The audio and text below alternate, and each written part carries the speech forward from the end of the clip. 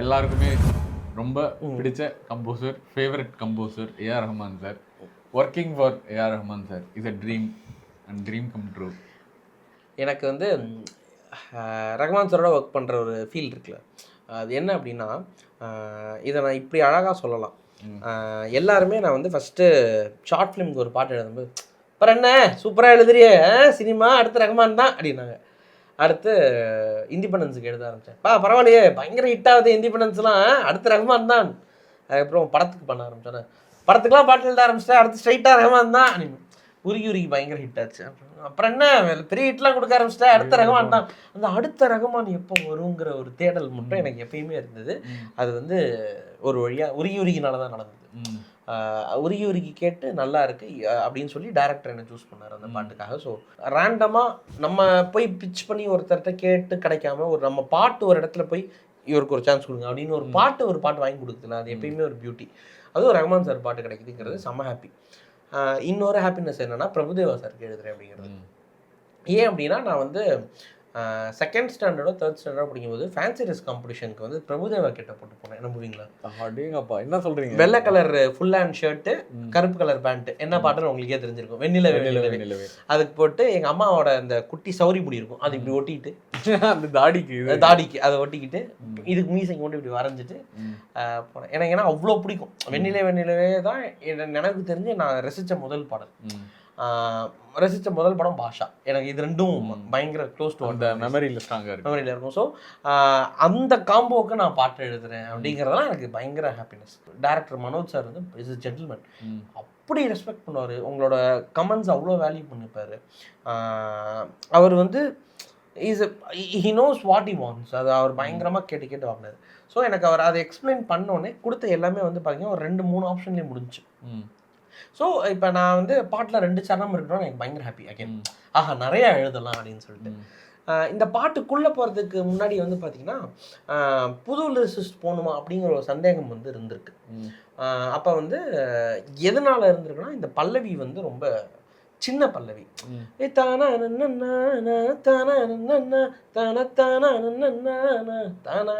இவ்வளோதான் பல்லவி.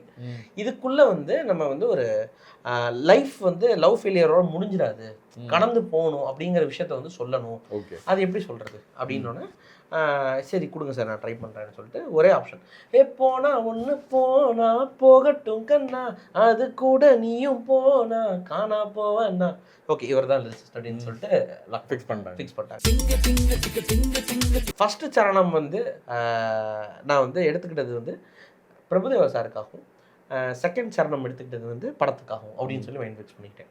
ஸோ ஊரை சுற்றும் காற்று ஓயாது, மூங்கிலுடன் சாய்ந்து தூங்காது, துவாரங்களை தாண்டி போக விட்டால் தாண்டி இசை என்னும் ஆராட்டு.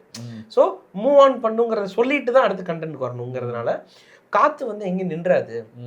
அது வந்து ஒரு புல்லாங்குழலுக்குள்ளே போனால் அதுக்குள்ளேயே தூங்கிடாது. அந்த துவாரங்களை தாண்டி நம்ம போக விட்டாதான் அது வந்து இசையாக மாறும். ஆராட்டு தாலாட்டு ரெண்டுமே ஒன்று. ஸோ அடுத்த லைன் வந்து பிரபுதேவா சார் இருக்கா, தீர தீர ஆடு தேய ஆடு, இந்த ஆட்டம் போதாது ஆட்டம் என்னை நீங்காது. இந்த ரோமியோ ஆட்டம் போட்டாலோட ஃபீல்ஸ் ஒன்று கொண்டு வரலாம் உள்ள அப்படின்னு சொல்லிட்டு டெடிகேஷனாக வச்சலேன்னு. அதுக்கப்புறம் பாட்டில் வந்து இந்த டிங்க டிங்க டிங்க டிங்க டிங்கன்னு ஒரு ஹூக் ஒன்று பிடிச்சிட்டோம். ஸோ இப்போ வந்து அதுவே 4 இடத்துலையும் ரிப்பீட் ஆனால் எனக்கு இல்லை. ஆனால் ரஹ்மான் சாரோட பாட்டோட பியூட்டியாக அந்த ரிப்பீட் தான். பார்த்தீங்கன்னா இப்போ ஹே சீனாமிக்கா அது வந்து ஒரு நீ என்னை நீங்க நீ என்னை நீ போய்கிட்டே இருக்கும். ஆனால் அழகாக இருக்கும் கேட்க. வேற எந்த ஒரு கம்போசரோட சாங்லையுமே ஒரு லிரிக் இவ்வளோ ரிப்பீட் ஆனால் இன்ட்ரெஸ்டிங்காக இருக்காது, போர் அடிச்சிடும். சார் அது ஏதோ ஒரு மேஜிக் பண்ணி அழகாக வைக்கிறார். எனக்கு வந்து அதை கொஞ்சம் உடச்சி ட்ரை பண்ணி கேட்டு பார்ப்போம் அப்படின்னு சொல்லிட்டு ரொம்ப ரெக்வஸ்ட்டாக இந்த இடத்துல மட்டும் நான் லிரிக் போட்டுக்கவா அப்படின்னு சொல்லி கேட்டேன். அதான் இருக்கே டிங்க டிங்க டிங்க டிங்க இல்லை கண்டென்ட்டாக ஒன்று வச்சு பார்க்கலாம். சரி எழுதி காட்டுங்க, அது கொஞ்சம் ரொம்ப ஃப்ளோவாக இருக்குது, கொஞ்சம் கரெக்டாக போடலாம் நல்லா இருக்காது, சரி ட்ரை பண்ணுறேன்னு சொல்லிட்டு காதலான விழி காணலான விதி காயம் இல்லை என விடுமா, கயலோடு ஆழியில கண்ணீர் வருமா, தேடி போன உறவு ஓடி போனா அட ஏங்கி போனா என்ன வருமா, வழியோடு 100 விழி கூட வருமா. அதை அங்கே வைக்கலாம் அப்படின்னு சொல்லிட்டு காதலான விழி காணலான விதி காயமில்லை என விடுமா கயலோடு ஆழியில கண்ணீர் வருமா தேடி போன ஓடி போன அட ஏங்கி போன என்ன வருமா வழியோடு ஒரு விழி கூட வருமா அப்படின்னு சொல்லிட்டு அங்கே வச்சோம். எனக்கு அது அடுத்த ஹாப்பினஸ். ஸோ இப்போ அகைன் மூவிங் டு த சரணம் பாட்டு அப்படிங்கிற போது ஒரு டாக்ஸிக் ரிலேஷன்ஷிப்குள்ளே இருக்கோம்னு வச்சுக்கோங்களேன். அந்த ரிலேஷன்ஷிப்பில் நம்ம டாக்ஸிக்காக இருக்கோங்கிற ஃபீல் பண்ணி வெளியே போனால் தான் அது லவ். டாக்ஸிக்காக இருந்தாலும் பரவாயில்ல, நான் ஒன்று சாவடிப்பேன் நீங்கள் என்ன சாவடிக்கணும் அப்படின்னு இருக்கிறது பேர் வந்து லவ் கிடையாதுரா தம்பிங்களா அப்படிங்கிறத வந்து சொல்லணுங்கிற முதல் 2 லைன். என்னை பிரிவது உன் காதல், உன்னை மறப்பது தான் என் காதல். அதுதான் அது. என்னை பிரிவது உன் காதல், உன்னை மறப்பது தான் காதல், என் காதல் என் காதல் காதல் அப்படின்னு. ஸோ கனாவில் வந்த காட்சி என்றும் கண்கள் தேடாது, ஆனாலும் வந்த கண்கள் கனா காதல் மாறாது. இதுதான் வந்து எனக்கு அந்த தான் பார்த்த பிம்பங்கள் மறைந்தாலுமே அது என்ன இம்பாக்டா இருந்தா எல்லா பாட்டுலயும் அந்த மாதிரி ஒன்று எழுதணுங்கிற ஆசை வந்துகிட்டே இருக்கும் பாருங்க. ஸோ கனாவில் வந்த காட்சி வந்து கண்ணெல்லாம் டெய்லி தேடிட்டு இருக்காது, ஆனா கண்ணுக்கும் கனாவுக்கும் ஒரு காதல் மாறவே மாறாது. அந்த வந்து சொல்லணும்னா இதுதான் அந்த டிங்கா சாங். ஸோ எனக்கு ரொம்ப ரொம்ப ஸ்பெஷலான சாங். ஸோ இந்த பாட்டோட வீடியோவும் வந்திருக்கு. ஸோ இது பயங்கரமா இப்போ ஒர்க் ஆகும் அப்படிங்கிற ஒரு கான்ஃபிடன்ஸ் இருக்கு. இது வரைக்கும் யாரும் பார்க்கலன்னா யூடியூப்ல போய் டிங்கா அப்படின்னு நீங்க சர்ச் பண்ணீங்கனாலே டாப்ல வந்து ஸ்டீஃபன் ஜக்காரியா. யாருங்க அந்த மனுஷன், என்ன வாய்ஸ் என்ன மியூசிக்னு சொல்லி ஒவ்வொருத்தவங்களும் அவ்வளோ அப்ரிஷியேட் பண்றாங்க. எனக்கு தெரியல how many of them known அவரை பத்தி பேசியிருக்காங்க. இப்போ நீங்க ரீசெண்டா இந்த Kana Kanden was very beautiful. Thank you. Stephen Zachariah. Stephen Zachariah is like very very pure soul I've ever met அப்படின்னு சொல்லுவேன். ஏன்னா அவருக்கு வந்து எப்பயுமே என் கூட ஒரு நல்ல உறவு இருக்கணுங்கிற ஒரு ஏக்கம் இருக்கும். நம்ம வந்து இப்போ அவர் கூட நம்ம நல்லா பழகுறோம், அவரை ஜென்யூனாக அவரை நம்ம வந்து நேசித்து அவர் கூட பழகுறோன்னா எனக்கு வந்து இப்போ ரொம்ப அர்ஜென்ட்டாக ஒரு கிட்னி வேணும், கொஞ்சம் உங்களுக்கு தரணும்னா கேட்டு தந்துடுவார். என்ன சொல்கிறேன், அப்படி ஒரு ஹியூமன் பீயிங் ஒன்று. ப்ரொஃபஷ்னலி எடுத்துக்கிட்டிங்கன்னா 14ஆம் தேதி உங்களுக்கு நான் பேமெண்ட் போட்டுருவேன் அப்படின்னு சொன்னார்னு வச்சுக்கோங்களேன். 13ஆம் தேதி நைட்டு உங்கள் அக்கௌண்ட்டுக்கு பேமெண்ட் இல்லைன்னு நான் மொட்டை அடிச்சுக்கிறேன். அது யாராக இருந்தாலும் அந்த மாதிரி சொன்னா very very professional, like very very very very good human being. Now coming to the lyric part, changes அப்படின்னு ஆரம்பிச்சிட்டாருன்னு வச்சுக்கோங்களேன். நீங்கள் வந்து மைண்ட் செட் பண்ணிக்கணும், இவர் நல்ல மனுஷன் கோபப்படுறாத அப்படின்னு சொல்லிட்டு. ஏன்னா அவ்வளோ சேஞ்ச் போகும். அதாவது லைன் பை லைன் சேஞ்ச் போகும், வேர்ட் பை வேர்ட் சேஞ்ச் போகும்.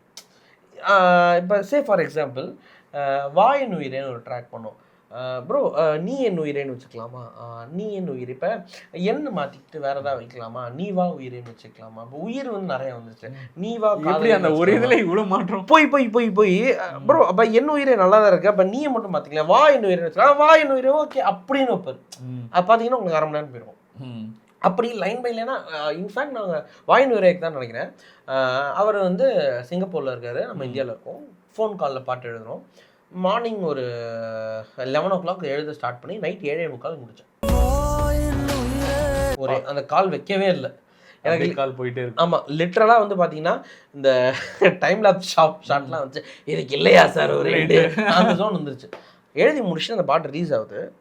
ஆடியன்ஸ் வந்து பார்த்தீங்கன்னா லிரிக்கை வந்து கொண்டாடுறாங்க, வர்த்தியா அப்படின்னு ஒரு ஃபீல் வந்துடும். அவ்வளோ நம்ம கஷ்டப்பட்டதுக்கான ஐயோ எவ்வளோ அவருக்கு எழுதின பல வரிகள் வந்து என்னோட ஒன் ஆஃப் த பெஸ்ட் ரைட்டிங்ஸாக அது வந்துருச்சு. அப்ராடில் இருக்கிற கம்போசர்ஸோட, அப்ராடில் இருக்க தமிழ் கம்போசர்ஸோட ஒர்க் பண்ணுறது வந்து ரொம்ப பிடிக்கும். ஏன்னா நமக்கு ஒரு தேடல் இருக்குல்ல, அவங்கள்ட்ட வந்து இன்னொரு வேறு விதமான தேடல் இருக்கும்.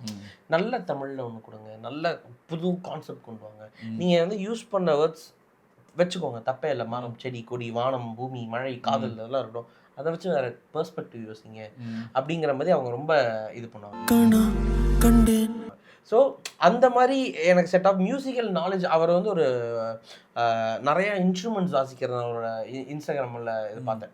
ஸோ பயங்கர மியூசிக்கல் நாலேஜ் இருக்கிற ஒருத்தருக்கு ஒரு நல்ல பாடல் எழுதுறது வந்து ஒரு பயங்கரமான ஒரு ஃபீல். ஆமாம், ஏன்னா அந்த சென்ஸ் அவருக்கு இருக்கும். ஆமாம், லிரிக் பிக் பண்ணுறதுல. ஸோ அதுவுமே அப்படிதான், ஒரு ஒன் ஷாட்டில் ஒரே லிரிக் அது அப்படியே லாக்.